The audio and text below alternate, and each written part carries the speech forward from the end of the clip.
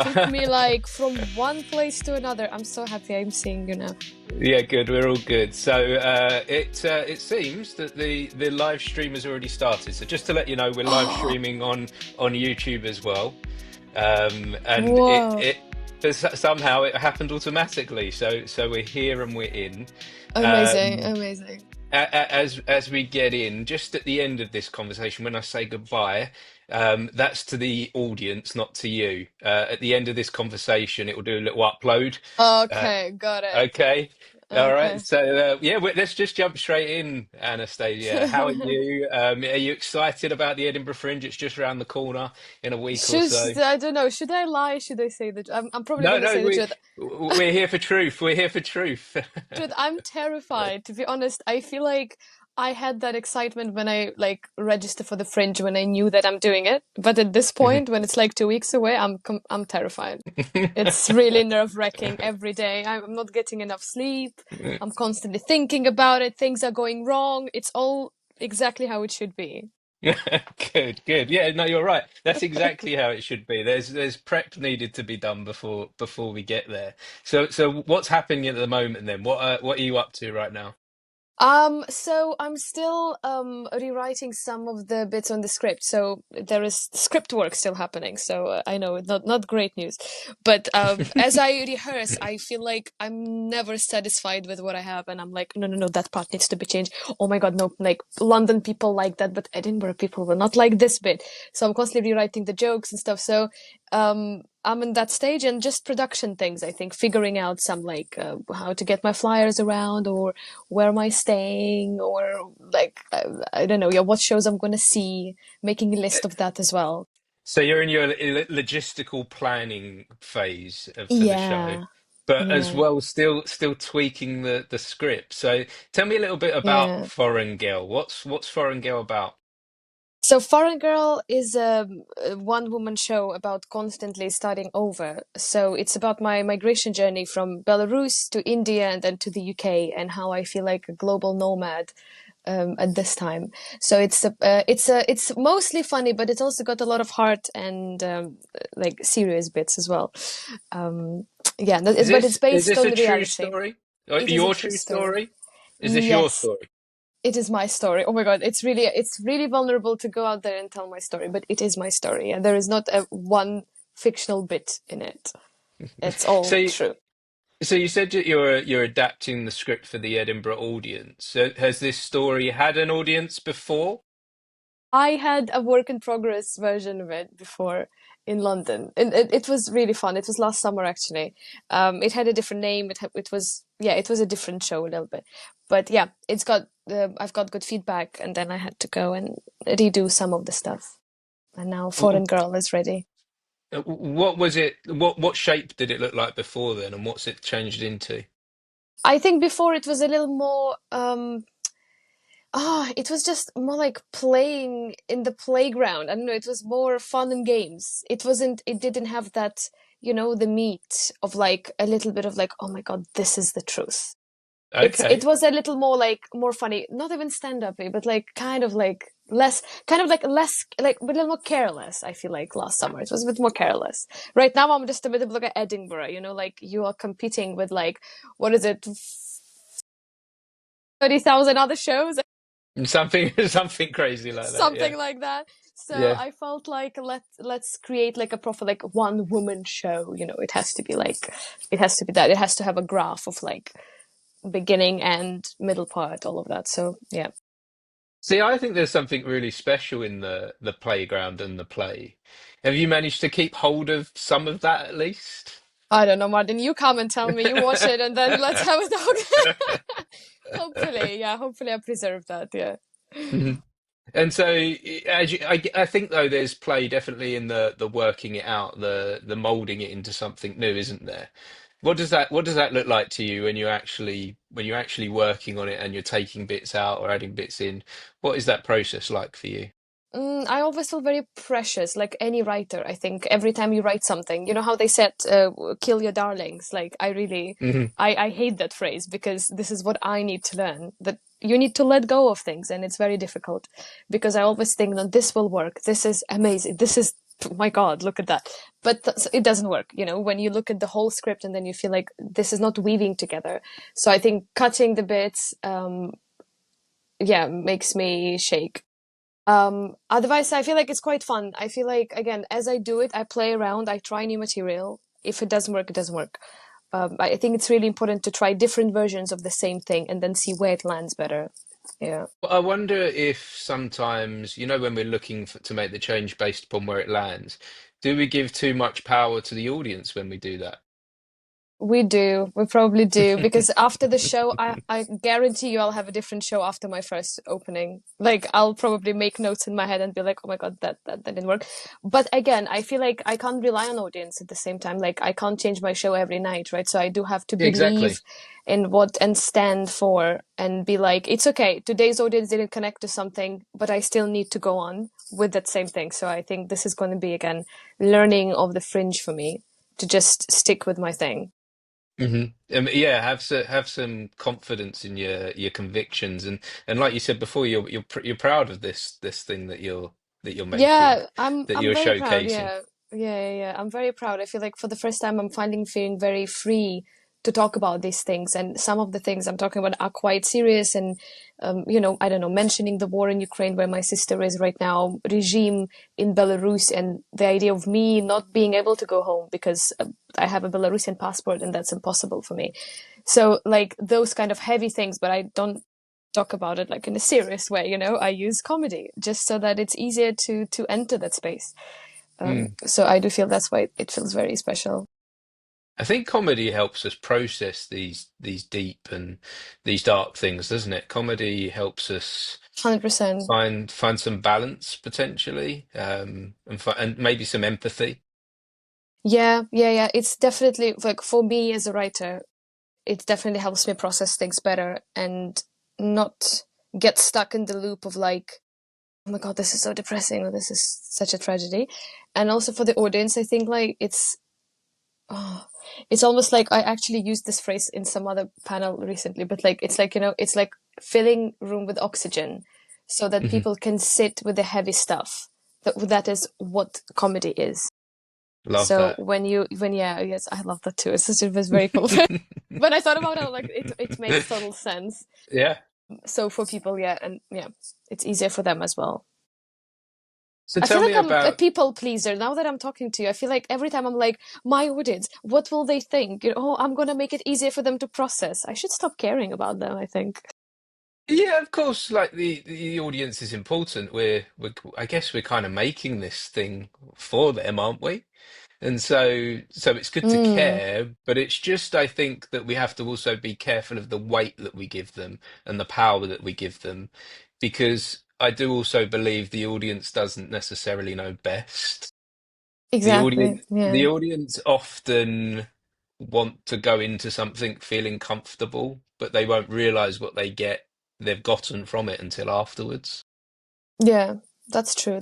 Yeah, I agree. And so if we're changing our show or whatever art we're creating for them, then Mm, I guess it's taken away from our perspective, for you as the writer. yeah. Oh, that's well said, Martin. I Yeah, appreciate gotta it. believe in that. Yeah. Yeah, so you got to continue to believe, and yeah, we can listen to the critiques, but yeah, just don't give them too much power or weight that actually takes away from what you're trying to say. Wait, what? Somebody's gonna critique it? What? Well, there's potential. I've heard they do that at the Fringe. What I've is it? heard that. Reviewers? What critics? Yeah, Who's that? Oh my yeah. God. And where does you don't know where their perspective comes from. So how do you feel about reviews? What does that we know I get a good feeling that you care about the audience. Then what about reviews? What does that feel like to you?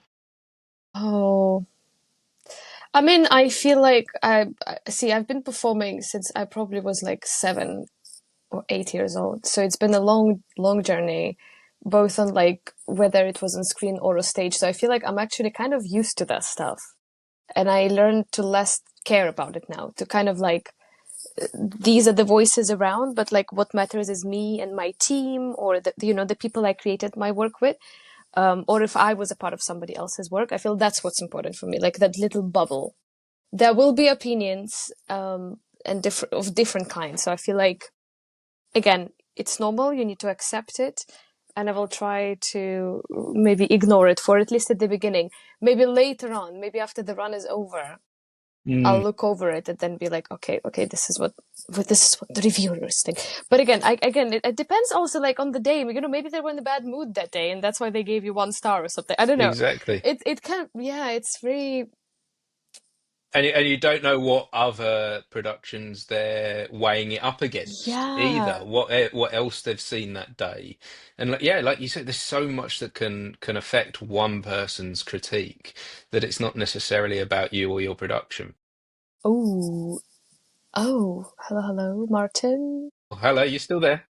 I'm still there. Yeah, you froze for a Good, second on my screen. Okay, good. now you're back. Okay. You're back, and I've got better quality from your end as well. Okay, great. So it seems to Okay. have done a refresh. So that's all good. All good. We're still here. So Spirits so of where? Edinburgh. Yeah, yes, the spirits of Edinburgh. So where are you? Where are you right now? Are you in Edinburgh? No, I'm in London. I'm in London. I'm arriving to Edinburgh on 7th of August. Okay. Yeah. I am London. Yeah. Where So are as you? I'm also in London. Oh, well, I'm north of Okay. London. I'm in Essex. Um, Nice. Oh, that's a lovely so so place. so what brings you to? Oh, Ah, God, what's happening? Again, I lost you. Oh my God, Martin. That is really awkward. Interesting. What's going on there? Okay. I'm Martin. I'm here. Hello. I can't hear you or see you. It's possible to reboot your Wi-Fi. Oh. Oh my God, what's happening? Oh, okay. Leave. yes, you're back, but I can't hear you. Oh, I Recording can hear you. stopped. Can you? Okay, great. I'm Yes, really sorry. I don't know what's wonderful. going on. Maybe my phone is old or something. It's really hot. My iPhone is like, Oh, your iPhone may be overheating if on the video call. God, embarrassing. No problem at all. Um, just to make sure I've got some of the most important information from you, Yeah. because this chat is where is your show? Where can we find you at the Edinburgh Fringe? So, guys, my show Foreign Girl is going to be from 11th to 16th of August at the Space on the Mile. It's Space One, and it's called Venue 39 at 10:40 a.m. I'll be sure to make sure I add a link in the comments below to the This video. is amazing. And if you Um, can mention that it's an evening show that's playing in the morning, just it's an it's an evening show. yeah, that's playing it. So Eh, basically, it's not that because morning show people are like, oh, like kids shows are in the morning, but I'm like, guys, I registered literally like middle of June. It was very last minute decision, so I got the morning slot. But it's evening vibes, like it's that Well, show. yeah. So for me, I think when you go to the Edinburgh Fringe, I expect to see all different types of shows at all different times of the day. Okay, that's good. I feel that yeah that it's not necessarily kids in the morning and adults in the afternoon. There's so much theatre happening that you just have to experience it where and when you can, no matter the time of day. Oh my God, that's so true. Okay, I'm glad you said that. I feel much better. Yes, there's many shows that I've got booked in for 10 o'clock in the morning, 11 And o'clock. the So different ones. Okay, I it's thought there was like a hierarchy yes, of yeah. like show, because they say, oh, like if you get like an evening slot, like that's great for you, like No, late afternoon. Okay. I think the potential footfall is greater in the evening for that can be a thing, but there is an expectation that shows are happening all hours. All hours. Okay, amazing. Well, it's going to be my first Fringe, so I'm quite new to all these things. So it's whatever I hear from other people. That's what I thought. That's how things are. Yeah, no, I think you're all it's normal to me to see a show at 11 o'clock, so I think you're all good. You're all good. Fab. So we was talking about the ghosts of Edinburgh. What do you know about the ghosts of Edinburgh then? Have you heard stories? I've heard stories. So I was in Edinburgh. It's just funny. I was at the Fringe 3 years ago, but on a date. I came all the Okay. way from London, and I was on a date for like 4 days, long date. And we were walking around and we That's were a like big watching date. plays. That's a It's a very long big day, date. yeah. It was basically I was staying over. But yeah, for 4 days we were like watching plays, and like I remember we didn't go to the castle, but like I was outside the castle. But basically, it's so nice that I got a taste of the city before. Like I mean, it's been 3 years, but still, I feel like I'm familiar with it. I know what to expect. So now that I'm coming with my show, I feel a bit more like equipped and like, okay, I remember this. This is the station. This is the road. This is Royal Mile. Okay, great. But yeah, I've heard like yeah that Edinburgh is a bit of a. There are some parts of it that are haunted, and the haunted hotels and the castle. And again, I haven't really been inside those things. I've done tours, but if you can give me a tip or like where to go for some ghosty stuff, I would love Well, that. that's it's really quite interesting the timing actually. So I was booking this morning the Edinburgh Underground ghost tour, Underground. which apparently is one of the best ghost tours. So I've not been myself before, but apparently Okay. it's very good. There's an underground. They go down into the basements, into the cellar under the streets of Edinburgh, and Whoa, there is cellar apparently under the street. Oh my God, it makes it so much more yes, interesting yeah, now. So yes, while we and are so doing apparently. our shows down there is a whole different But world. down below, Oh my God. there's an underworld going on. And last year when I was at the Edinburgh Fringe, I had three spooky experiences. I had three different moments where I was like, Wait, "Whoa, what? what's going on here?" Like, I'm a believer. I'm a believer that there's more going on than we understand. Huh? Um, but to actually have three moments in 1 week was like. Oh, yeah, this place, there's something different happening Wait, here. what was it? Is this a spirit?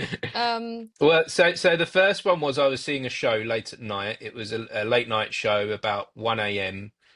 And I was sitting on the aisle seat. And whilst I was sitting on the aisle watching the show, I felt someone standing next to me. Like I felt like a presence. And I assumed it was like one of the actors waiting to go on. I thought it was someone was going to go on and join the stage. And as the lights went out, I felt this presence move. And as the lights came back up, there was no one there. And I was like, you know when you know there's someone standing next to you, but you don't see them. You just know they're there. oh my God, yes, I'm That's getting that chills that now. Oh! that Wait, Martin, that was my it was 1 a.m. Wait, did you have a drink before that? no. I rarely drink. I rarely drink, so we can't. Okay. No drink. May have been a little bit tired, but yeah, nothing to drink. I was Oh my God, completely that's sober. crazy. What was the venue? So it was the venue where I saw the Silence of the Lambs musical. So I'll have to find out what the venue was actually. Can't remember. Hmm, I'll look that up and I will that's let you know so which where that was. spooky. Well, I hope And it's then not the other mine. one was another late at night one. I was walking back to my Airbnb late at night and I saw a coffee shop that I thought, oh, that coffee shop looks interesting because it said something about come here, this is a place to talk, this is a place to meet people. And that's what I was trying to do in Edinburgh. I was trying to do this whole podcasting thing and meet people. So it was late at night. I went over just to look over in the window. And as I did so, I saw someone's face in the reflection behind me. Oh my God, this is so crazy. Uh-huh. And there was nobody. Like it was just. And there was no one there. I was just out on the street completely on my own. How do people And there live was there? no one there. And then the third one was another weird one. I was walking down the street during this one was during the day. I was walking down the street and there was like there's lots of little alleyways in Edinburgh, isn't there? There's lots of little Yeah. like hidden paths that you can go down. And as I walked past this like alleyway, I saw this massive dog and like almost like the size of a bear. And as I walked past, I was like, "What the fuck?" Like, and I walked backwards and had a look down there, and there was no dog down there. It was a dead end, and there's nothing there. God, what the Three, hell? three, three ghosts in 1 week. I'm curious, is it because you specifically have this, like, you're attuned to these, like, things that you're Well, like, I have had experiences through my life, to be honest. I had okay, lots of it when I was younger. This is why when I was younger, I believe that I lived in a haunted house when I was young. oh Lots my of God. experiences, But outside of that, nothing really. Outside of that experience of being young, so I'm open to it. So I'm not someone that says I don't believe, and I'm not saying that I'm someone that, yeah, it could have just been a figment of my imagination, Oh my or I God. might, yeah, I don't know, but I definitely experienced something. Crazy. Oh my God. So Something might that happen then. yeah, and I don't know that you can necessarily go out there looking for it either. So like the expectation of going to Edinburgh, going, oh, I'm going to find No, ghosts. I don't want to. I Like, don't. actually, I'm not looking forward to finding anything. And I think late night for me is not happening. So what do you think the fear is with something like that? It's always a fear of the unknown, right? Something we don't Hmm. understand. Something we feel, also because I feel as humans, we always feel like we know everything and we can take control of everything. It's all in our hands, but it's actually not. Like No. anything can happen anytime, poof, and you're gone. And I feel with spirits as well, it feels threatening because you feel like you understand it, but you actually don't. Hmm. And that's See, the, the threat from the unknown is something that I don't worry. I'm sure there's more going on than what we understand, yeah. but I don't necessarily think that that's a danger. Definitely not. I just feel our instinct first is to be like, oh my God, that dog, something, you feel threatened. You feel like that something's Yes. going to happen to you. Because you will not be like, oh my God, you cutie, come here. It's more like, first you're like, oh my God, what the hell? So we feel it's the threat, but yeah, maybe they're just chilling. It's their city. But they Mhm. come out at night to watch some fringe. Exactly. We should just let them be. Yeah, we're the ones going into their territory, maybe. Exactly. We're Exactly. breaking into their realm of existence. 100%. Wow. But just knowing that it has the city is famous for that. Love Edinburgh though. I think it's one of the most beautiful cities. And I probably, if not for London, I think another city I would live in would be Edinburgh. Yeah. Mm. I think that's one of the things that I loved about the Fringe as well, the place where it was at, and that there was also so much to discover there. One of the other things I enjoyed was Arthur's Seat. Have you been up there at all? So yeah. I went on top of the Hmm. hill. Yeah. Hmm. It's Beautiful great to view. look down, like, and the view of looking down on the city. It was, yeah, I think it's a really special place. Oh, I can't wait to go to do a hike as well, somewhere outside Edinburgh. At least that's on my like Hmm. to-do list. I'm not sure it will actually happen, but looking forward to that because Scotland again, nature. Oof. So the week after the Fringe, I'm actually going to be hiking up. Do you know the peaks in the UK? If you tell me, maybe it will ring a bell. The Scaffold Pike. No. No, it's halfway between London and Edinburgh, and I Ooh. think I think it's the second tallest. But yeah, we do have some amazing hills in this So country. you They basically would finish Edinburgh and then immediately go to for the hike, or how? yes, yes, Such a great plan. yeah, yeah. Gotta make the most of the summer in this country, haven't we? I think. Yeah, no, it's already 2 months in, actually, like 1 month left. It's bizarre. E- Didn't even have Exactly. So what are vacation you, yet. so what are your hopes and dreams past the Fringe?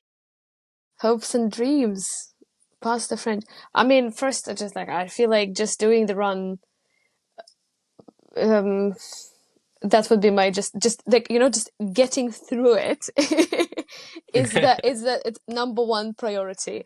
No really dreams or hopes for something beyond. Just like, I just want to do it well, that I feel like, okay, no technical issue happened, or actually if it happens it's okay, but as long as I deal with it in the right way. um Afterwards, if I can bring the show to more people across the UK, it would be amazing. Me and my director Rachel D'Souza, which is a shout out to her, by the way, one incredible director, with whom, yeah, we went through so much together as collaborators before back in India, and now she's directing this show. Like, if we can bring it, our hopes is to get it to India, is to get it to Europe somewhere, and obviously do it in the UK. So probably that would be a dream for more people to see the show, and hopefully come back next Fringe for a full run. So tell me also a little bit more about your director, Rachel, then. So you're not in this project fully alone. You've got someone there working. beside you? Yeah, because I did a mistake of trying to do everything by myself last summer, and I feel like it wasn't correct. She was a dramaturg first, and then when I told her that, okay, Edinburgh Fringe is happening, maybe we could do it there, and then I realized that I would also want somebody to lead me into this because again, writing, acting, how much can you do? Like it's not good. And Rachel is somebody who comes in and then she just like doing her director's things. She just like takes my hand and leads me into this. So yes, I love her to bits. She's in Mumbai as we speak. She was in America. We have crazy, like our time. We're like 10, 12 hours apart. Sometimes we're 5 hours apart. Then she was here. Then she was in the US. Then we're on Zoom now because she's back in India. So it's crazy how much this show has been rehearsed in every possible what is it called, dimension. So how is she helping you? At the beginning of this conversation, you talked about your need for finding some perfection within the show. How is she helping you with that? She reads, obviously, again, everything starts with the script, and then she reads the script, and she's very, I like she's very direct, and she can tell me that, okay, this works better here, or maybe she would ask me questions, which I love when people ask me important questions that kind of like that it hits hard, when somebody's like, what's that thing, why are you not talking this? I get, but that, and I'm just like, oh my god, you really know me well, and then I have to just be very honest. I think this is what she's trying to do with me. She's really trying to bring that honesty on the surface, because it's my story, and like, of course, I'm very vulnerable and I feel very protected because of like, I want to like keep it, but then she's just like, no, it's okay, let it out, like, and even that bit, let's see what happens if you talk about that. So she's really good at that.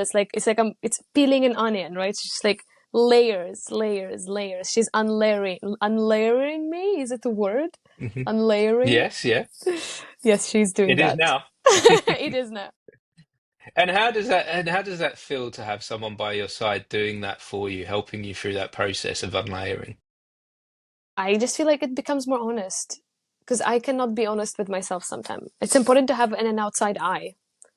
Um, Hmm. because I mean, anyway, it is a lonely process, writing, making a show. But if you're doing it by yourself, I can't imagine how people do that actually. Like, you need to have an outside eye. I agree so much. I tried in when I was doing acting and I was struggling to get work.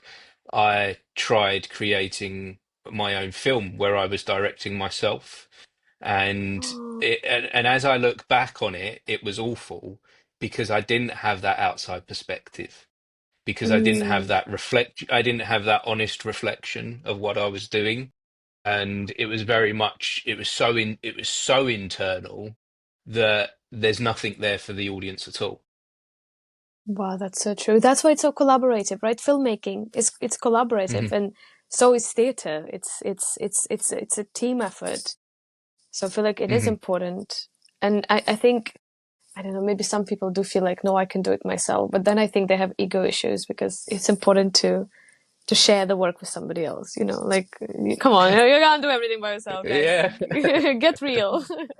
And I love that as well. It's an ego thing, and I think that's what it was for me. I was so desperate to just do some work and do my thing that I was like, Mm. right, I can do this. I can direct, I can produce, and I can act all at the same time. But in reality, you're right. It's a collaborative effort, whether that's film or theatre. Yeah, 100%. So yeah, we need it. But I still feel it's good you did this because you experienced it and then you were like, oh, Yeah. okay. A lot of people don't even do that. They just sit and complain and that, oh, there is no work, what can I do? But like, it's important to go out there and make your own stuff. So that's actually great you did it. And try and learn from it. And Yeah, from yeah, doing yeah. that experience, I went, no, that's not possible for me. Yeah, That doesn't work for me. I need to look at another way to be able exactly. to do my thing. 100%. It's important to be seen. Seen and heard, isn't that what we're all trying to That's achieve? what we're all doing. Yeah, all Wonder. our childhood problems, the attention we didn't get from our parents. Here we go. It turns us into theatre people. Yes, I mean, what did? Of course. If anybody wants me to challenge on that, if you're creating art just because you're amazing and you have no problems, I'm sorry. Please come to me. Let's talk about that. And I'll say at this point, I don't think it's always the parents. I must say that I did have fantastic parents. I think some of my creativeness came out. It did come out through some of my troubles, but later on in life. Hmm. Yeah, But there's yes, always other there people. is def there is definitely troubles there somewhere along the line that helps the creativeness later when you're healing come out. Yeah, 100%. It is very spirit. It's very. That's what I was telling Rachel every time we are doing a session. I'm like, this feels so therapeutic. Like, I actually feel like, forget Fringe, like whatever, it will happen. But like, if for me as a writer, because I'm also trying to adapt the same story into a book that I've been writing for a few years now. But like, it does feel so therapeutic to get asked questions or ask questions myself or like reflect, write down, go back, travel into those memories, look in my diaries, and be like, oh my God, this is so, I can feel like I'm healing inside. What recommendations would you have then for other creatives that are still perhaps struggling and not found the therapy within the art yet? Hmm, good question. To find, wait, because the last part was a bit, so creative was struggling and haven't found Hmm. therapy. First of all, if they are already doing something artistic, I think it's already a therapy.